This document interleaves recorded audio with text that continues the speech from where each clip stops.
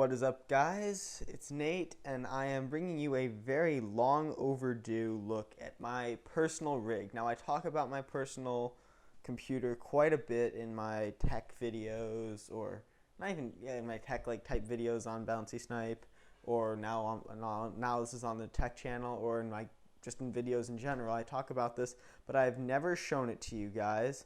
Yeah, I have my monitors going on over there, and my mic is coming in from here, but that's besides the point. So where do I begin with this thing? I should have shown you guys a long time ago when it was older and different. It was much different before. In fact, it was a blue and green color scheme, kind of with red RAM, which I still have, but now it's all red, so now it's kind of a beast looking computer. But back then it was blue, green. It's kind of whatever colors I felt like. It had a rainbow fan in the front. It was a disaster of a computer. It was in the original Rosewill Blackhawk. The black. You can look it up. Here's a picture of it. It looks. This was right before I changed it out for something a little bit more color schemed, color matching to what I wanted to do later on, and which is red. So that's what that was. I still was using the AMD. I was actually on AMD before. I had my 8350 and the Hyper 212 Evo, which this video is actually, in my opinion, more of a how do I put it? A version 1.5 of my personal rig, because you saw that sad switching to Intel video, which should be floating around either here or here, whichever I decide to do. It'll appear in one of those two places probably, if I remember, or if I bother editing at all. So, enough I cannot talk, blabbering. I'm going to bring my personal rig to you guys right now. So, without further ado, here it is. So, for the case, this is an upgrade over the Blackhawk. This is the ASA XT1. Now, it's a disaster of a case, in my opinion, but I like it. It's a good disaster, kind of. Let me explain. The case is a full tower. It fits everything I need. Has cable management, as you can't see the cable management problem here unless I take the side panel off, and that's just all at the bottom, and that's kind of my power supply's fault. But as you can see with my friend's build, you can see all the cables in the bottom, and then you can't see any cables coming in through the side. And this case cost $70. This case cost me $150. So I don't know. Good job, Thermaltake. Shout out to them. It's a sick computer. Case. So yeah, here we are with this. This is the ASA XT1 full tower. It comes with these plastic filter things. It's a little, I don't know, they're kind of gaudy. I took the ones off on the front because I like this cleaner look. I'm just going to keep pulling my mic. Great. Cleaner look, but on the top I think it's fine, in my opinion, I guess. I don't know. It's bigger, it's heavier, and yeah, that's the case in my opinion. I don't know. I like it. It has a problem with the water cooling, which I do. Not full loop, obviously. I'm not that fancy right now. I'm running an H100i because I like the H100i. It's good, in my opinion. It keeps my CPU cool. It didn't do exactly what I wanted to do, which was higher overclocking, but you know, that's my CPU. That's my CPU's problem. But this thing, you have to take off the top in order to get the front off, and then the top is ridiculously hard to get on with push pins and weird plastic things that I think I broke, and it's not actually secured right now. It's if you can see, there's a gap right there that wasn't there before. It's not really gonna fit an H100i perfectly, which the H100i is right there. You can't really see it in the camera too well, but you'll see it with the red fans and everything afterwards. So moving on, I have a DVD drive. It's a Super Writemaster. Got this thing for 20 bucks. It was well worth it. I don't really use it too much, but you know, it's there. I don't know why I'm running out of things. So yeah, here's the inside. I'm rocking for my CPU. I'm rocking an Intel Core i7 4790K. I overclocked it to 4.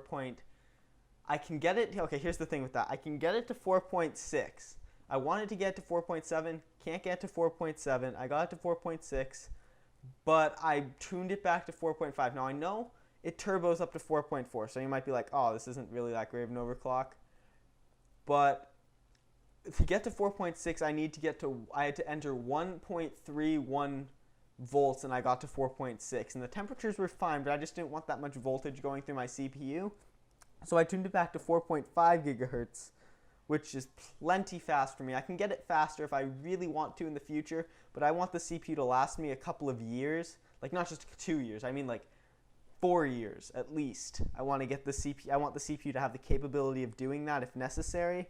And so yeah, that's why that's there. It's at 4.5. I got 4.5 with stock voltage at 1.238 volts, but I bumped it up to 1.25 volts just to make sure I was aiming at nothing. 1.25 volts just to make sure it was perfectly stable. Like I said, I'm running an H1. There's the camera. An H100i. So yeah, the block is right. The block thing is right there. And then if we look, I'm sorry, I keep doing that.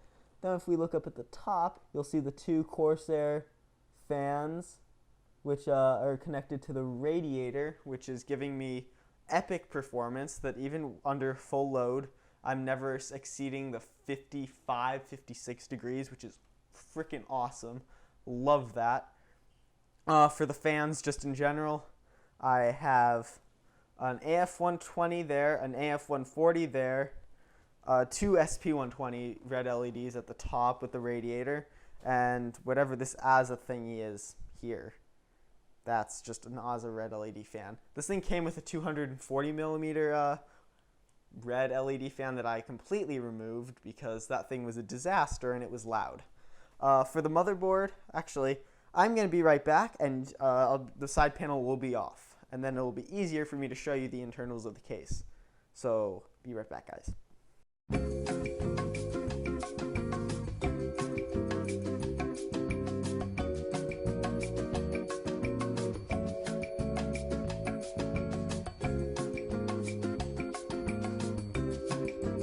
Alright guys, I'm back. So yeah, I took off the side panel mostly. I didn't completely detach it because I didn't feel like shutting it off. So just going over what the computer looks like in general now. So for the motherboard, I'm running a Gigabyte Z97X G1 Gaming 7. I don't really tend to like gaming boards, even though I don't like to think of gaming boards as ones that are called gaming. I like to think of those as just motherboards that are higher quality than the standard affair type boards. And I consider the gaming boards the ones that are kind of lower end, that don't really have a ton of overclocking features, don't really have a ton of features in general. They're just meant to run the CPU, run a video card, run your RAM without any issues, and that's it. Whereas this board's kind of geared towards overclocking, and not really to the same extent as others, but it's more tuned for that. It also works as a gaming board, but it's also has the Z series, so it has all of the fancy stuff and it just runs smoothly. This is an amazing motherboard. I highly recommend it if you're gonna jump aboard the i7-4790K or any Haswell refresh or any Haswell CPU in general, so 4th generation i7 by Intel type stuff. Highly recommend it. It has a, so here you see the awful blue USB 3.0 header. So I turned on this just to do this. It's a little to show you the inside better. That's what the motherboard looks like. It's nice and red. Everything in this computer needed to be red, except for this.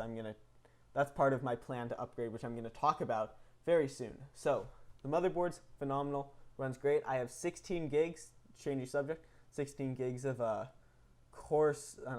G.Skill Ripjaws X 8 gigabyte sticks, so I have 16 gigs total. Each are 8 gigabytes. They're 1600 megahertz. They run flawlessly. I've had them for about 3 years now, 3-4 years. They've run absolutely awesomely, just no problems there. If you notice right above the blue LED thing, you can't really see it. It says A0. There you go. It's a camera. It says A0. That's my postcode readout. Another great feature. If I have any problems, that thing will let me know what the problem is, and I can just go to the little manual.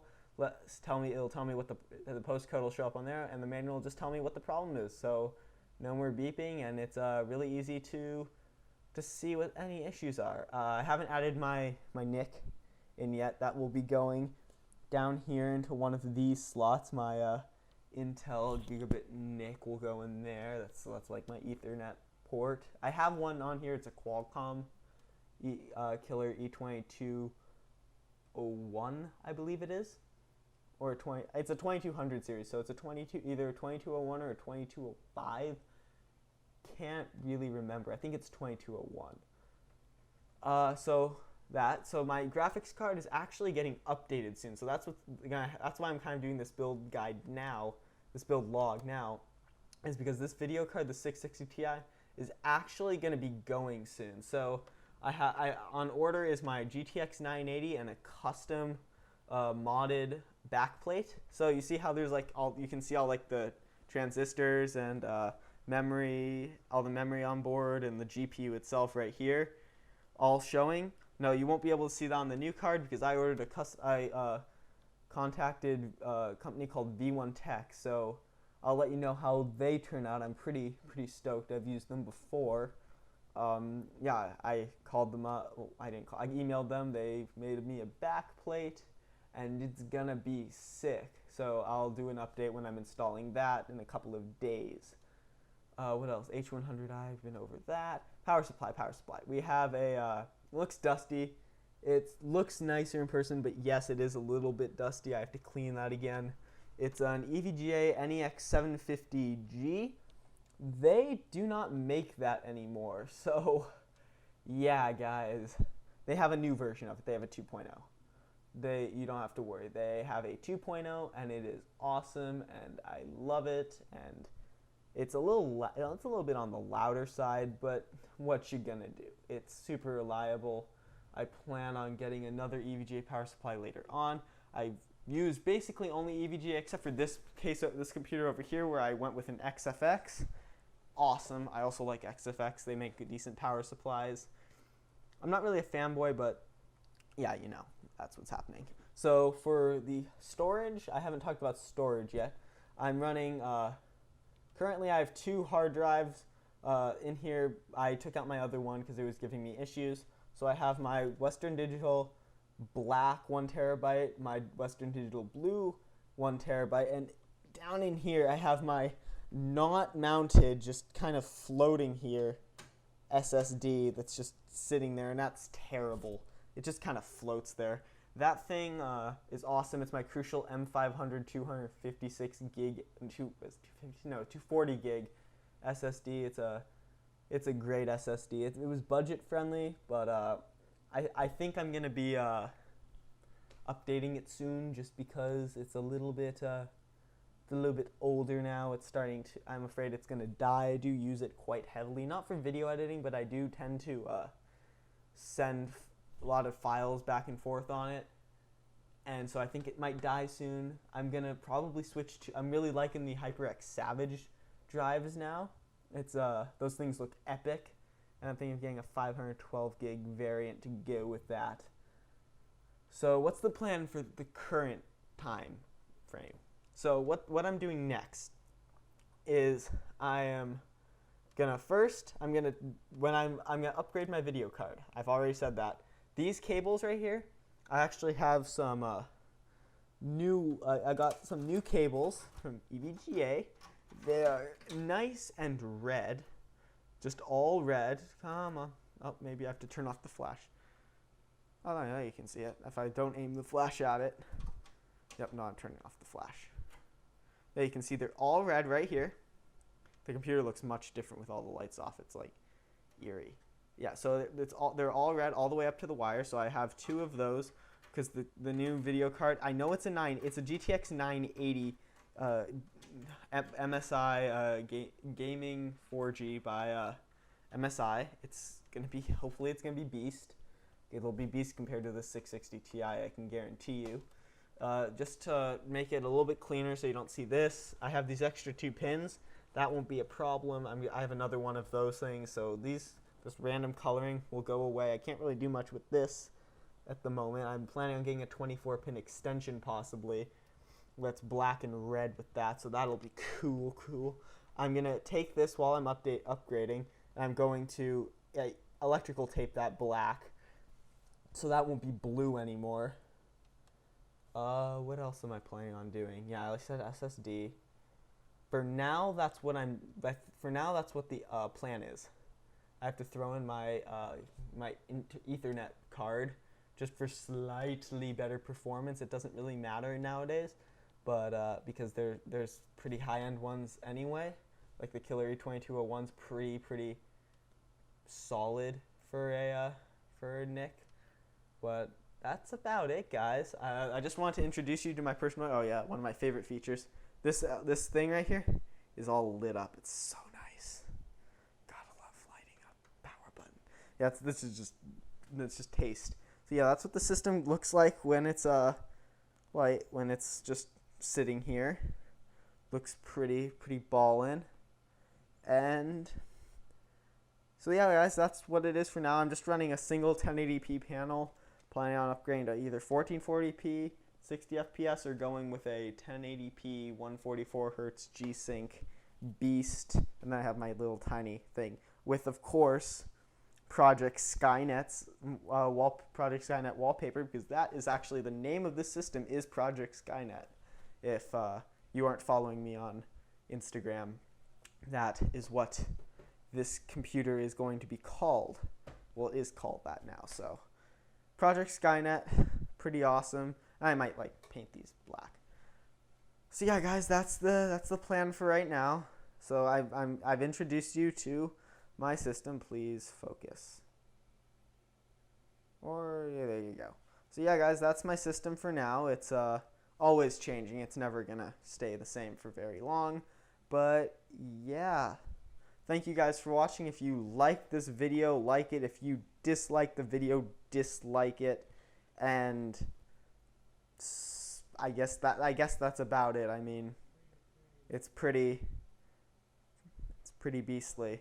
It's a better computer than I used to have, which was not a very good computer. So now I'm kind of rambling. So before it gets any more awkward, be sure to subscribe if you want to see more content on TechCrunch or TechCrash.